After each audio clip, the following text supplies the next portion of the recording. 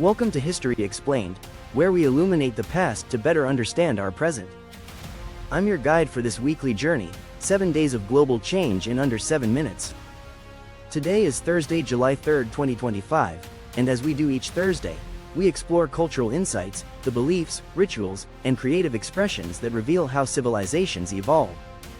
This week, culture became a battleground between tradition and transformation, censorship and expression, preservation and reinvention. We begin in France, where on June 24th, a fierce public debate reignited over the government's proposed ban on religious clothing for minors, including the hijab. Critics, including international human rights organizations, say the move targets Muslim communities under the guise of secularism. Supporters argue it preserves laïcité, the country's long-standing policy of state neutrality. The tension echoes France's 2004 law banning religious symbols in schools, a cultural flashpoint that continues to test the line between integration and assimilation. In today's France, what began as a debate over dress is now a mirror reflecting questions of identity, power, and belonging. In South Korea, the Ministry of Culture launched a sweeping language revitalization initiative on June 25 aimed at preserving endangered dialects like Jeju and Jeonsang. The campaign will fund schools, mobile apps, and digital archives, while promoting dialect-based storytelling in K-dramas and cinema. This marks a cultural shift, valuing not just national identity, but regional diversity. It recalls the revival of Welsh and Maori in recent decades, examples where language became a form of resistance and resilience. In a world increasingly homogenized by global media, Korea is choosing to root itself deeper in linguistic heritage. On June 26 in Kenya, Nairobi's National Museum unveiled a provocative new exhibition titled Colonial Shadows, featuring artwork, oral histories, and archival documents challenging traditional narratives of British rule. Curated entirely by Kenyan scholars and artists, the exhibit deliberately bypasses the UK's involvement in framing its content.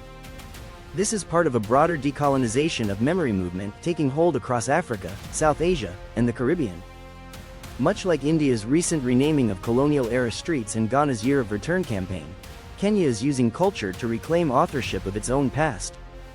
In Brazil, June 27 marked the launch of Festival das Favelas, a week-long cultural celebration highlighting art, music, and entrepreneurship emerging from Rio's informal communities.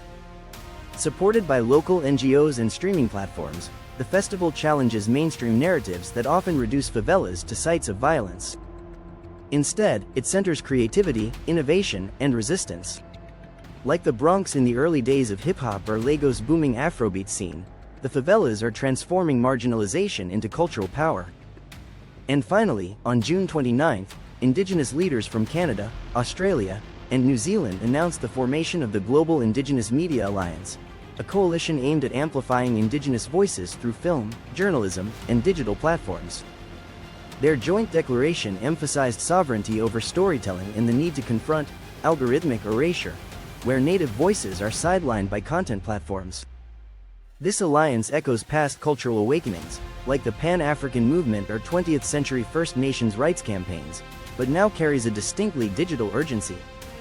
From debates over dress in Europe to dialects in Asia, from post-colonial memory to indigenous media, this week reminded us that culture is never static. It's a living negotiation between past and future, pain and pride, silence and voice. Thanks for joining us for this week's episode of Cultural Insights. If any of these stories sparked your curiosity, subscribe, share, and tell us in the comments. Which cultural shift from this week do you think will echo the longest?